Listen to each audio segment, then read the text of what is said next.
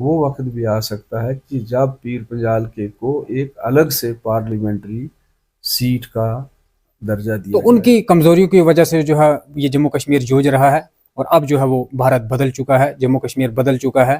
اب جو نئی سرکاریں بنیں گی وہ ان بنیادی چیزوں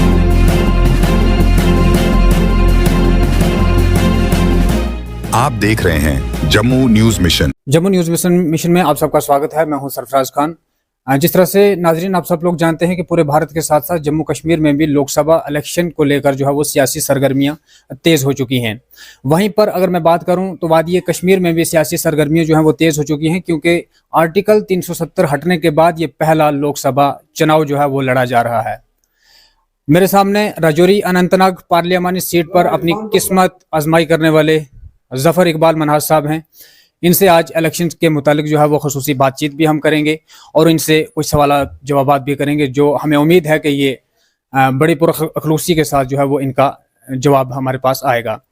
سب سے پہلا سوال میرا منہاس صاحب سے یہی رہے گا کہ 370 ہٹنے کے بعد یہ پہلا جو ہے وہ لوک سبھا الیکشن لڑا جا رہا ہے، کس طرح کی تیاریاں ہیں اپنی پارٹی کی طرف سے، کیونکہ نئی پارٹی ہے، نئی کینڈیڈیٹ ہے؟ دیکھیے، جہاں تک تیاریوں کا تعلق ہے، آپ نے بالکل بجا فرمایا کہ یہ پہلا الیکشن ہو رہا ہے 5 اگست 2019 کے بعد، تو ہر جماعت اپنی اپنی مقدور کے مطابق، اپنی اپنی بساط کے مطابق کوشش کرتی ہے، اپنی تیاریاں کرتی ہے۔ تو ہم بھی اپنی تیاریوں میں جٹے ہوئے ہیں پہلے دن سے ہی، جب سے یہ جماعت وجود میں آئی ہے۔ سینکڑوں بلکہ ہزاروں جلسے، سیمینار، مذاکرے، میٹنگیں ہم نے کی ہیں آج تک۔ لوگوں کے ساتھ ہم جڑے ہوئے ہیں، کہیں کم کہیں زیادہ۔ تو ہماری تیاریاں جو ہیں زور و شور سے ہر جگہ جاری ہیں، لٹریچر کی شکل میں بھی، گفتگو کے طور پر بھی، انٹرویوز کی شکل میں بھی، یعنی وہ سارے جو ہتھیار آپ کے ہیں یا نسخے آپ کے ہیں اس میں استعمال کیے جاتے ہیں، وہ ہم بھی اپنے طور پہ معروف اور مثبت انداز میں ہم بھی استعمال کر رہے ہیں۔ بالکل سر، اس وقت اگر دیکھا جائے تو راجوری اور اننت ناگ کو ایک ہارڈ سیٹ مانا جا رہا ہے، لیکن راجوری اور پنچ کے لوگوں کا ایک سوال ہے کہ ہمیں جو ہے وہ اننت ناگ کے ساتھ یعنی ویلی کے ساتھ جوڑ تو دیا گیا ہے، لیکن ہماری کنیکٹیویٹی جو ہے وہ آج بھی بند پڑی ہے۔ میری مراد ہے کہ ان کا آپ جو ہے وہ بہتر جانتے ہیں کہ راجوری پنچ کے لوگوں کی جو ہے وہ فائنینشلی حالت جو ہے وہ اتنی ٹھیک نہیں ہے کہ وہ اتنا لمبا سفر کر کے آئیں۔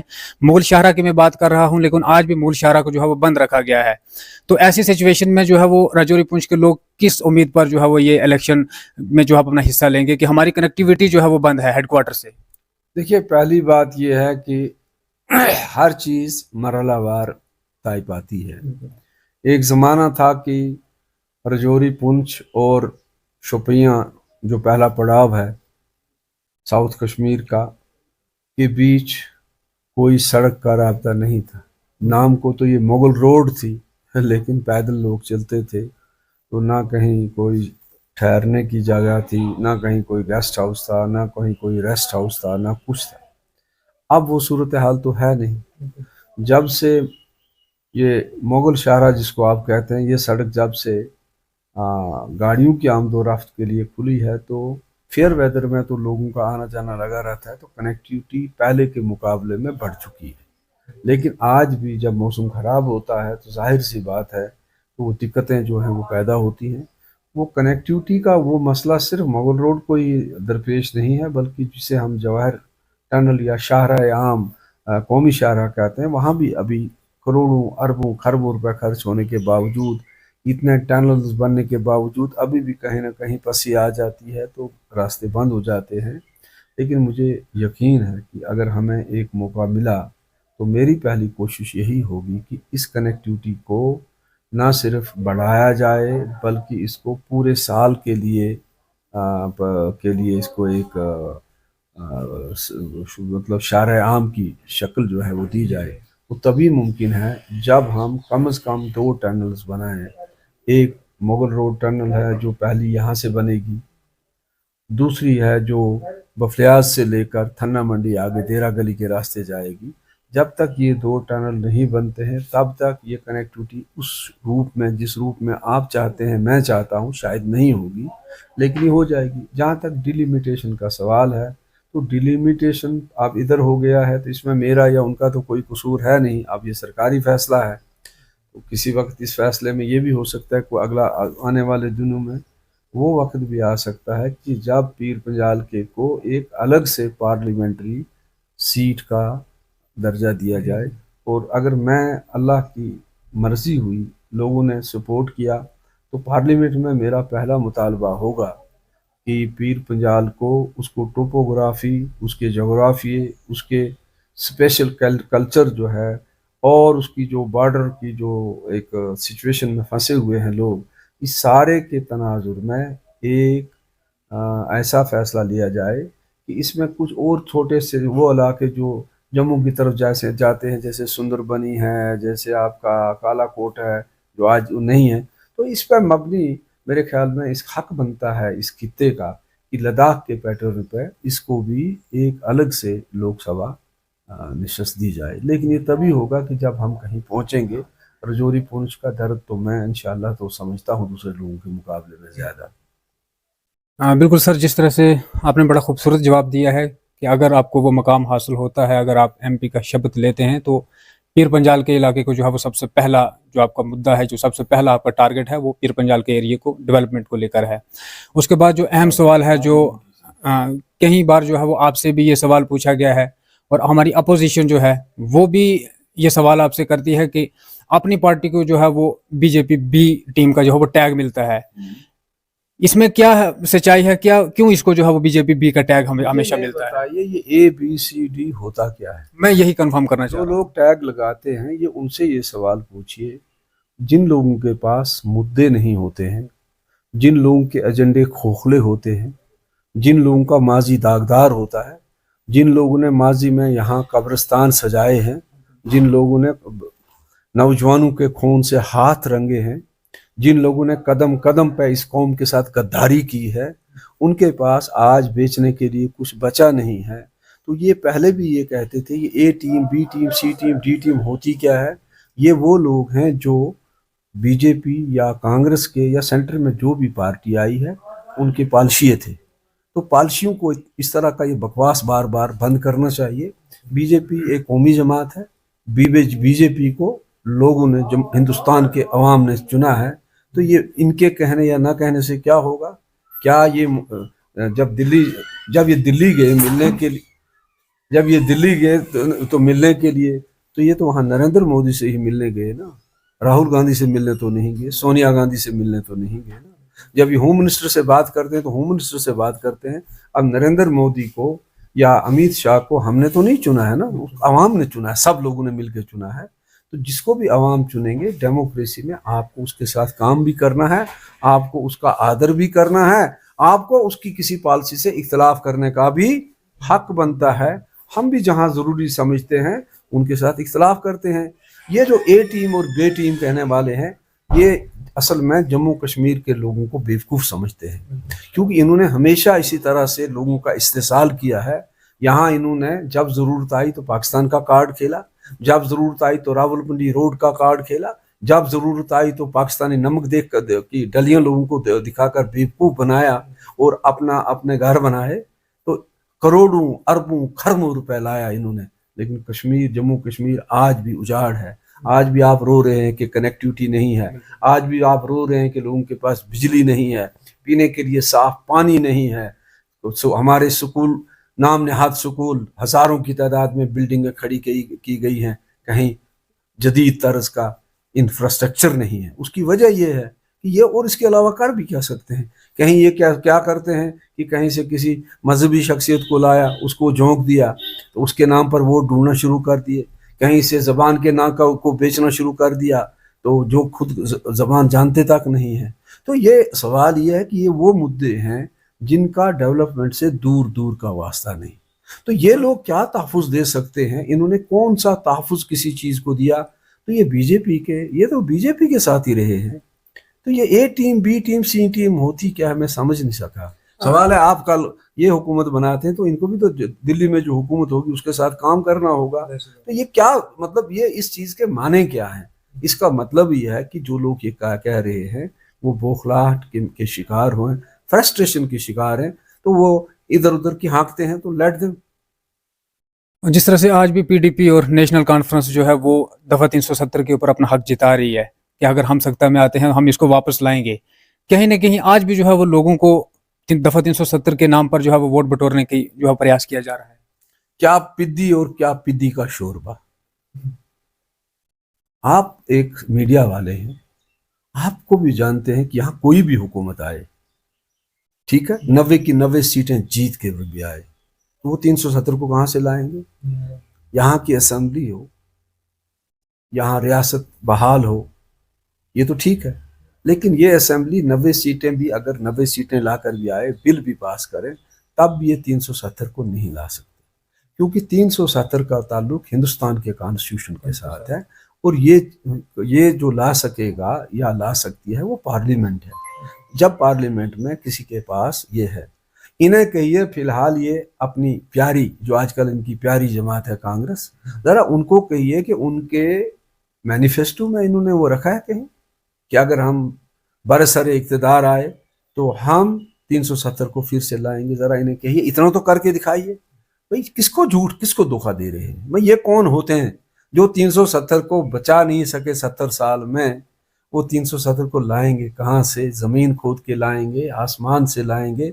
इनकी आंखों के सामने 370 का कत्ल होता रहा, इनकी आंखों के सामने उसकी एक एक ईंट उतारी गई, इनके सामने उसकी छत में सुराख किए गए, और इनके सबसे बड़े लीडर ने, हम सब के जो हमारे भी तब लीडर थे, उन्होंने 1982 में असेंबली के अंदर स्टेटमेंट दिया कि ये कोई आसमानी सहीफा नहीं कि जो हटाया नहीं जा सकता है, इसको घिस जाना चाहिए।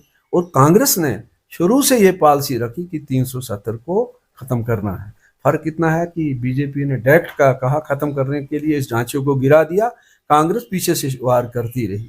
तो ये कहाँ से लाएंगे? तो आप लोग कैजुअल, अगर लोग इस पर बिलीव करते हैं तो फिर तो ये उनकी सादगी है। बिल्कुल। 370 हटने के बाद कश्मीर में बदलाव आया। देखिए 370 एक इतना बड़ा फैसला है कि अगर ये कोई कहे कि बदलाव नहीं आया तो इससे बड़ा झूठ क्या हो सकता है। लेकिन सवाल ये है कि बदलाव, मैंने पहले भी कहा है, किस तरह का आया, उसमें नेगेटिव कितना है, पॉजिटिव कितना है, उस पर बहस हो सकती है। कैलेंडर खत्म हो गया। क्या खत्म हो गया? कैलेंडर, स्टोन पेल्टर, देखिए बहुत सारी चीज़ें, लॉ एंड आर्डर के हवाले से बेहतरी आई, लेकिन लॉ एंड आर्डर एक ग्रेजुअल प्रोसेस है। जो 90 में सूरत हाल थी वो 95 में नहीं थी, जो 95 में नहीं थी वो 96 में नहीं थी। देखिए 90 में कोई इलेक्शन का सोच नहीं सकता था। मुझे वो दिन भी याद है जब सड़क पर टीवी रखा गया था कि भाई जो पहला वोट डालेगा उसको टीवी मिलेगा। लेकिन जैसे तैसे ही 96 में थोड़े से इलेक्शन भी हुए, 2002 में भी हुए, उसके बाद फिर हालात ख़राब हुए, ये उतार चढ़ाव आता रहा। 2019 के बाद इसमें कोई शक नहीं, जो संगवारी का कल्चर था वो तकरीबन ख़त्म हो गया। मिलिटेंसी का जो एक ग्राफ था वो काफ़ी डाउन हो चुका है, बल्कि ना होने के बराबर है। इस चीज़ पर कोई दो राय नहीं। हड़तालों का जो कल्चर था उसमें उसका खाते, देखिए ये सच्चाइयाँ हैं, वो कैलेंडर अब नहीं आ रहे हैं। लेकिन सवाल ये है, ये सारी चीज़ें, इन सारी चीज़ों का ताल्लुक लॉ एंड आर्डर के साथ है। लेकिन इसका जो असली मरहला है, जो असली कदम है, जो गवर्नमेंट ऑफ इंडिया को, दिल्ली में कोई भी सरकार हो, उसको एक बात ज़रूर समझनी है कि भाई कश्मीरियों के, अहले जम्मू कश्मीर के, ख़ासकर अहले वादी के दिल जीतने हैं। दिल जीतने के लिए बहुत सारी चीज़ें करनी है। उसका ताल्लुक डेवलपमेंट से भी है, उसका ताल्लुक लोगों के जज्बात और एहसासात के साथ भी है। कश्मीर के अंदर लोगों के में सेंस ऑफ बिलोंगिंग पैदा करना है, उसकी बहुत कमी है, उस तरफ आगे बढ़ना है। दोनों तरफ से जो ट्रस्ट डेफिसिट है उसको ख़त्म करना है। हमें एक दूसरे पर भरोसा जब हम करेंगे फिर हम आगे बढ़ेंगे। बिल्कुल, ये बात काबिल तारीफ है कि कश्मीर में जो है वो काफ़ी बदलाव देखने को मिला। जिस तरह से स्टोन पेल्टर थे यहाँ पे, वो आज नहीं दिख रहे हैं। मिलिटेंसी जो है वो काफ़ी डाउन हो गई है, ना के बराबर हो गई है। और उसके बाद जो लाल चौक का बाजार 7 या 8 बजे शट डाउन हो जाता था, वो आज के 12 बजे तक चलता था।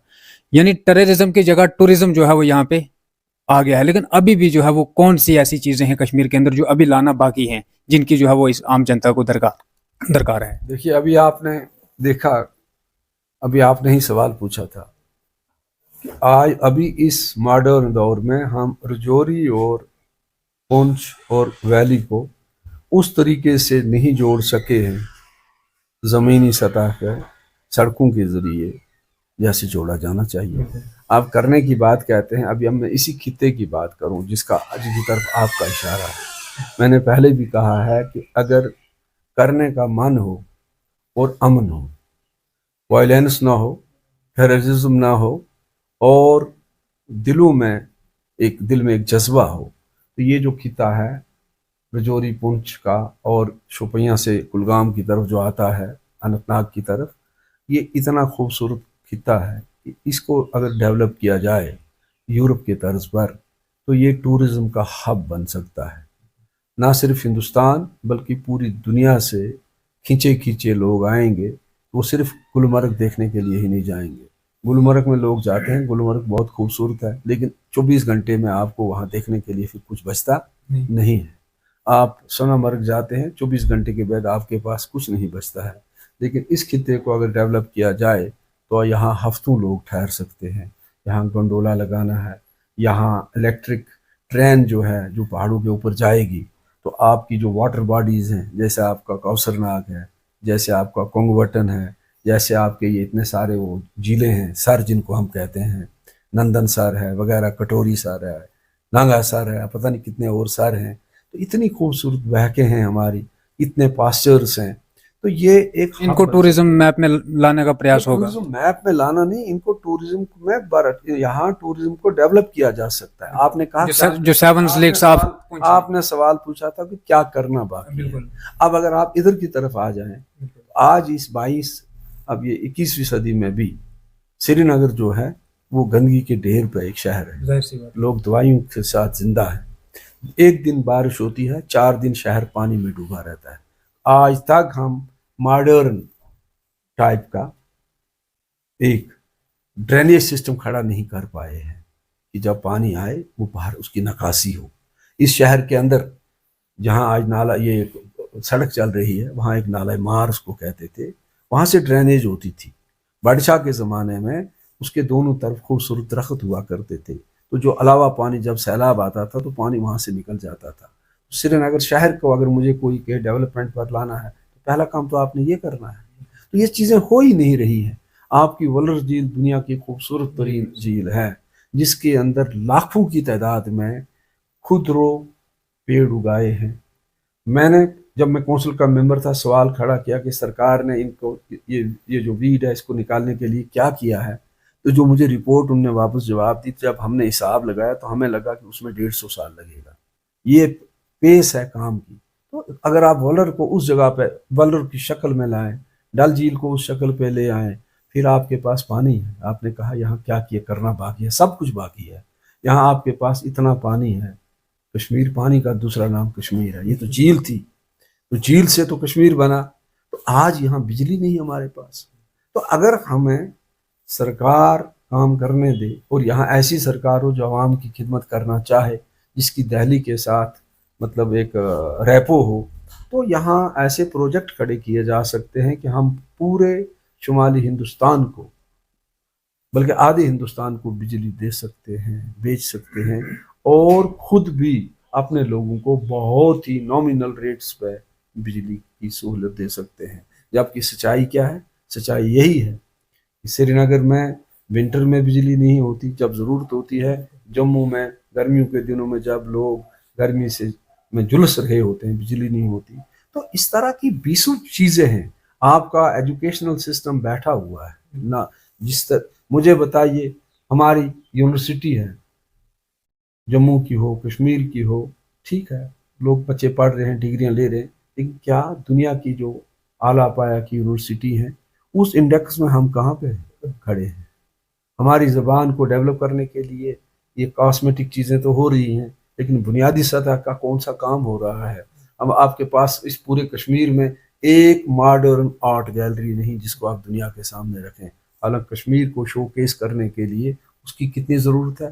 कल्चर के नाम पे तो रोज़ बड़ी बड़ी बातें होती हैं, बस वही रक्स व नाच, VIP के सामने गाना बजाना, तो तमाशा दिखाना ऊपर ऊपर से, अंदर जो है तो करने के लिए हमारा मेडिकल हेल्थ सिस्टम में अभी कितनी कमी है। हमारे अस्पताल तो हैं, उनके अंदर हालत क्या है? गलाजत के ढेर होते हैं, कई कई दिन तक टॉयलेट्स में चाहे वो आपका रजौरी हो, चाहे वो आपका पुंछ हो। अस्पताल हैं, डॉक्टर नहीं है, डॉक्टर हैं तो ड्यूटी नहीं दे रहे हैं। तो क्या है जो करने के लिए अभी नहीं है? बहुत कुछ करने के लिए है। अभी बहुत लोग हैं जो बिलो पॉवर्टी लाइन के नीचे ज़िंदगी बसर कर रहे हैं, तो बहुत कुछ है करने के लिए। मेरा आखिरी सवाल आपसे रहेगा, क्योंकि अगर देखा जाए तो पिछले 10 सालों में काफ़ी हद तक जो है वो जम्मू कश्मीर में डेवलपमेंट हुई है। जिस तरह से आपने गोशोगुजार कर ही दिया है कि अभी कुछ चीज़ें हैं जो लाना बाकी हैं, लेकिन अभी भी जो डेली विजिटर्स हैं उनकी डिमांड है, वो सड़कों पर हैं, वो सरापे एहतजाज हैं, उनकी तरफ अभी जो है वो नज़रसानी नहीं की गई है। अभी आपने एक सवाल पूछा, मैंने उसका डिटेल जवाब दिया। सिर्फ उनका ही मसला नहीं, डेली वेजर्स इनका ही नहीं। यहाँ डेली वेजर्स पहले तो जब लगे तो कैसे लगे? इसलिए कि पॉलिटिकल बुनियादों पर पैसे दे के लोगों को यूं ही अंगेज किया गया। किसी को कैजुअल लेबर कहा गया, किसी को डेली वेजर कहा गया और उनको लटका के रखा गया। बनते बनते बनते बनते ये एक बोझ बन गया। तो अभी भी सरकार के पास ये मसला है। जब 2014 में पीडीपी की सरकार आई थी तो उन्होंने बड़े दावे किए थे, जो उस वक्त के फिनांस मिनिस्टर थे, हम ये करेंगे वो करेंगे। उससे पहले जो हमारी एनसी की सरकार थी, अगर हुकूमत तो यही लोग कर रहे थे, तो इन्होंने जानबूझ के इस मसले को पॉलिटिकल गेन्स के लिए लटका के रखा। तो जब आप चीज़ें गलत तरीके से करती हैं तो फिर वो बोझ बन जाता है। ये सिर्फ डेली वेज एक ही जगह नहीं है। आप आशा वर्कर को देखें, आप हेल्थ डिपार्टमेंट को देखें, आप पीएचई को देखें, आप इरिगेशन डिपार्टमेंट को ले लें, हर जगह ये रोना है। 6-6 महीने, साल साल लोगों को तनख्वाह नहीं मिलती है। तो मेरे ख्याल में सरकार का ये फ़र्ज़ बनता है। ये सारी चीज़ें वो हैं जो लोकल गवर्नमेंट के डोमेन में आती हैं। तो लोकल गवर्नमेंट, अब इसके बाद शायद असेंबली के इलेक्शन भी होंगे। जब अवामी हुकूमत आती है, अच्छी बुरी हो, तो उसमें शायद उम्मीद रखनी चाहिए हो। हालांकि ये जो पिछला ये सारा बोझ जो है, ये इन्हीं नाम नहाद अवामी हुकूमतों का ही मतलब हम पर वो मेहरबानी है, जिसका हम बोझ ये मतलब अभी तक उठाए हुए हैं। बहुत बहुत शुक्रिया। तो खुसूसी गुफ्तगू आपने ज़फ़र इकबाल मनाज साहब से सुनी, जो कि रजौरी और अनंतनाग पार्लियामानी सीट पर अपनी पार्टी की तरफ से इलेक्शन कॉन्टेस्ट कर रहे हैं। बड़े खूबसूरत जवाब दिए इन्होंने, क्योंकि इनका भी साफ तौर पे कहना है कि जो हमारी गुज़श्ता हुकूमतें रही हैं, चाहे वो पीडीपी हो, चाहे वो नेशनल कॉन्फ्रेंस हो, तो उनकी कमज़ोरियों की वजह से जो है ये जम्मू कश्मीर जूझ रहा है। और अब जो है वो भारत बदल चुका है, जम्मू कश्मीर बदल चुका है। अब जो नई सरकारें बनेंगी वो इन बुनियादी चीज़ों के ऊपर अमर पैरा ज़रूर होंगी। तो आखिरी सवाल जो है वो मेरा ज़फ़र इकबाल मनाज साहब से ये रहेगा कि कोई भी पार्टी जब इलेक्शन कॉन्टेस्ट करती है, उनका कोई मंशूर होता है कि हम किस बुनियाद पर जो है वो इलेक्शन लड़ रहे हैं। ये जानने की कोशिश करेंगे कि ज़फ़र मनाज साहब जो हैं वो पहली बार जो है वो इलेक्शन कॉन्टेस्ट कर रहे हैं। हालांकि इससे पहले ये एमएलसी रह चुके हैं, लेकिन लोकसभा इलेक्शन सीट पर पहली बार इलेक्शन कॉन्टेस्ट कर रहे हैं। तो मैं इनसे जानने की कोशिश करूंगा कि सर, आप इलेक्शन में आपका मंशूर क्या रहेगा, किस बुनियाद पर आप इलेक्शन जो है वो लड़ रहे हैं? मेरे ख्याल में आपका ये सवाल इंटरव्यू के शुरू में होना चाहिए था। मैं आपको ये बात बताऊं कि एक तो पार्टी का मंशूर होता है, एक फ़र्द की अपनी सोच होती है। तो मैंने ये सोच के सियासत में कदम रखा है, और लोकसभा के इलेक्शन में भी मैं अपना जो मेरा मंशूर है, पार्टी का मंशूर है, नारा है, मैं पूरी दयानतदारी के साथ ये महसूस करता हूँ कि 1947 बल्कि 1931 से लेकर आज तक, 1947 में इसलिए कह रहा हूँ कि जब हिंदुस्तान के साथ जम्मू कश्मीर का इल्हाक हुआ, तब से लेकर आज तक, आज 70 सालों में जम्मू कश्मीर के अवाम को ना तो ये समझाने की कोशिश की गई, ना ये बताने की कोशिश की गई कि वोट की क्या अहमियत है, वोटर की क्या अहमियत है, वर्कर की क्या अहमियत है। यही वजह है कि हर इलेक्शन में हम दायां बायां घूम के वोट हासिल बरादरी के नाम पे, दूसरे नामों पे, जज्बाती नारों पे देते हैं। मैं समझता हूँ कि मेरा पहला नारा यही है कि वोट को इज़्ज़त दो, वोटर को इज़्ज़त दो, वर्कर को इज़्ज़त दो। लोगों को ये नारे जो गैर जमहूरी नारे हैं, उनसे लोगों को बचने की तलकीन की जाए। उन्हें कहा जाए कि जो ये यहाँ एक इंतहाई गैर जमहूरी नारा उन लोगों ने 47 में दिया, जो हमें आज़ादी दिलाने के नाम पर बेवकूफ़ बना रहे थे, जो कश्मीरी में एक नारा था कि बाबस खुशगस्ती कर लो, अल कर वांगन कर बाब कर लो, यानी जो बाबा की मर्ज़ी है वो करे, हमें चाहे तो कद्दू बनाए, चाहे तो हमें बैंगन बनाए, चाहे तो हमें پمپکن بنائے, کدو بنائے, بینگن بنائے, آلو بنائے, ٹماٹر بنائے, یہ جمہوریت کی توہین ہے. میں سمجھتا ہوں کہ کشمیر کو مصیبت سے نکالنے کے لیے یہ ضروری ہے کہ ڈیموکریسی کو ان لیٹر اینڈ اسپرٹ امپلیمنٹ کیا جائے, اور سیاستدانوں کا مزاج جو ہے وہ جمہوری بنے, وہ جمہوریت کے معنی بھی سمجھیں, ایک دوسرے کا احترام کریں, اور انسانوں کے جمہوری حقوق جو ہیں ان کی عزت کی جائے, اور لوگوں کے کندھوں پہ سوار نہ ہوا جائے, اور ہر سیاستدان کا ہر سال, ہر 2 سال میں محاسبہ کیا جائے, اس کی جائیداد کا محاسبہ کیا جائے, اس کی پراپرٹی کا محاسبہ کیا جائے. ایک بات میں آپ سے کہوں کہ حلال کی کمائی کمانے والا کوئی بھی شخص ارب پتی نہیں ہو سکتا ہے. جب تک وہ بزنس مین ہو سکتا ہے, وہ سیاستدان, سیاست کی دنیا میں چلنے والا آدمی ارب پتی نہیں ہو سکتا. آپ کے پاس مکان ہے, آپ یہ لوگوں کو پتہ ہونا چاہیے آپ نے کہاں سے لایا, کیونکہ آپ پبلک ڈومین میں ہیں. آپ کے پاس گاڑی ہے, لوگوں کو پتہ ہونا چاہیے کہ آپ کے پاس یہ 40 لاکھ کی گاڑی کہاں سے آئی. آپ اگر شہزادوں کے اس طرح رہ رہے ہیں تو یہ کیس کہاں سے آیا. اگر آپ لاکھوں روپے کی گھڑیاں باندھتے ہیں, یہ گھڑیاں کہاں سے آتی ہیں. جب تک سیاستدان کا محاسبہ نہیں ہوگا, جب تک سیاستدان سادگی کی علامت نہیں بنے گا, جب تک وہ ایک مثالی کردار نہیں ادا کرے گا, نہ لوگ سیاستدان پر بھروسہ کریں گے, نہ ووٹ کو عزت ملے گی. ہمیں چاپلوسی کے اس کلچر کو بند کرنا ہوگا. میں سمجھتا ہوں یہ پہلا قدم ہے جو ترقی کی طرف جائے گا. یہ پہلا پیغام ہے ہر چیز سے پہلے کہ جمہوریت کو اس کی صحیح روح جو ہے اس کو زندہ کیا جائے, کیونکہ یہاں مسلسل جمہوریت کا قتل ہوتا رہا ہے, اور اس میں جو ہماری مقامی جماعتیں ہیں انہوں نے اپنے ہاتھوں, جب ان کو اختیار ملا تو وہ باہر والوں سے زیادہ ظالم بھی ثابت ہوئے, باہر والوں سے زیادہ جابر ثابت ہوئے. انہوں نے ہر آواز کو دبایا, بلکہ جو پہلا الیکشن 47 میں الحاق کے بعد ہوا, ایک بھی شخص کو یہاں فارم نہیں بھرنے دیا گیا, اور ہر مخالف آواز کو دبایا گیا.